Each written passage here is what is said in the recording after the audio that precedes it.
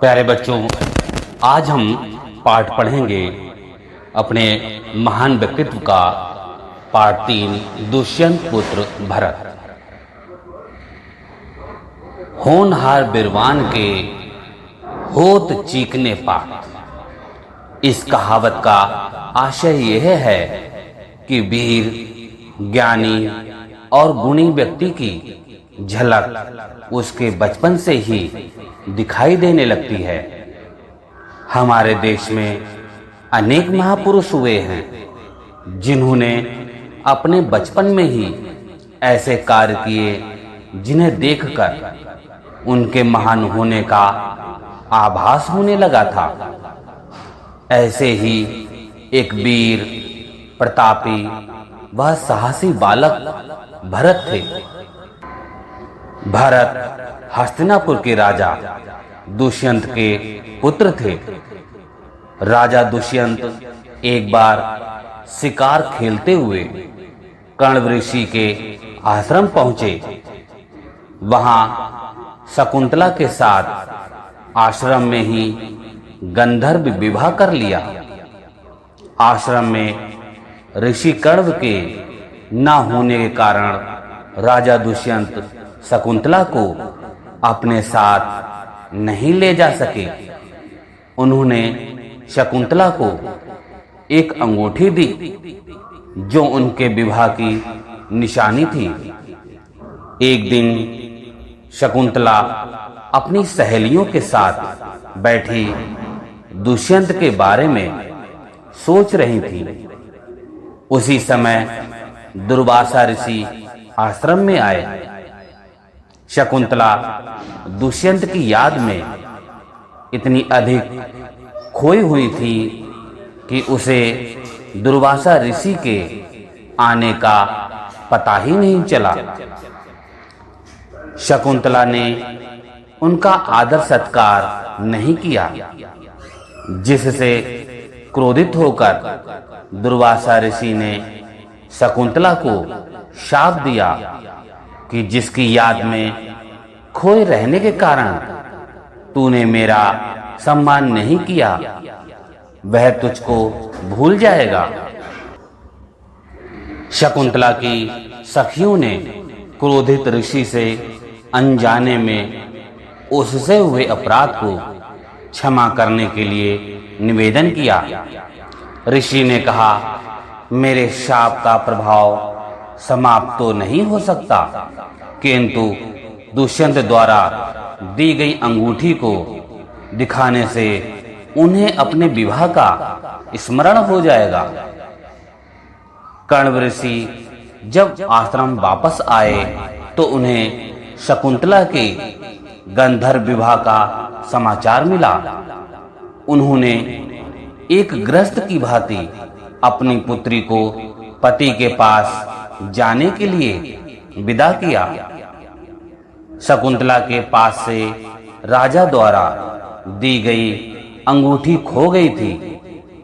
शाप के प्रभाव से राजा दुष्यंत अपने विवाह की घटना भूल चुके थे। वे शकुंतला को पहचान नहीं सके। निराश शकुंतला को उसकी मां मेनका ने कश्यप ऋषि के आश्रम में रखा। उस समय वह गर्भवती थी। उसी आश्रम में दुष्यंत के पुत्र भरत का जन्म हुआ। भरत बचपन से ही वीर और साहसी थे। वह वन के हिंसक पशुओं के साथ खेलते और सिंह के बच्चों को पकड़कर उनके दांत गिनते थे।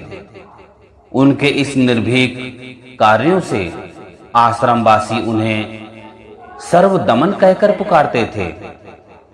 समय का चक्र ऐसा चला कि राजा को वह अंगूठी मिल गई जो उन्होंने शकुंतला को विवाह के प्रतीक के रूप में दी थी।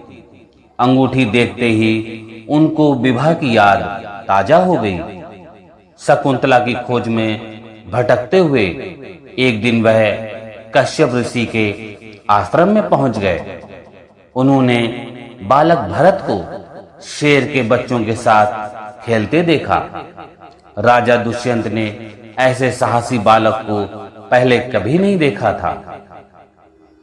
बालक के चेहरे पर अद्भुत तेज था। दुष्यंत ने बालक भरत से उसका परिचय पूछा। भरत ने अपना और अपनी मां का नाम बता दिया। दुष्यंत ने भरत का परिचय जानकर उसे गले से लगा लिया और शकुंतला के पास गए। अपने पुत्र एवं पत्नी को लेकर वह हस्तिनापुर वापस लौट आए। हस्तिनापुर में भरत की शिक्षा दीक्षा हुई।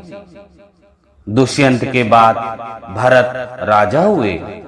उन्होंने अपने राज्य की सीमा का विस्तार संपूर्ण आर्यावर्त, उत्तरी और मध्य भारत में कर लिया। अश्वमेध यज्ञ कर उन्होंने चक्रवर्ती सम्राट की उपाधि प्राप्त की। चक्रवर्ती सम्राट भरत ने राज्य में सुदृढ़ न्याय व्यवस्था और सामाजिक एकता सद्भावना स्थापित की। उन्होंने सुविधा के लिए अपने शासन को विभिन्न विभागों में बांटकर प्रशासन में नियंत्रण स्थापित किया। भारत की शासन प्रणाली से उनकी कीर्ति सारे संसार में फैल गई। सिंहों के साथ खेलने वाले इस भरत के नाम पर ही हमारे देश का नाम भारत पड़ा। तो बच्चों, आज का ये पाठ पूर्ण हुआ। आपको ये पाठ, ये दुष्यंत भरत की वीडियो कैसी लगी? अपने और साथियों में इसको जरूर शेयर करें, जिससे वे भी दुष्यंत पुत्र भरत के बारे में जान सकें। अगली वीडियो में हम आपसे पुनः मिलेंगे।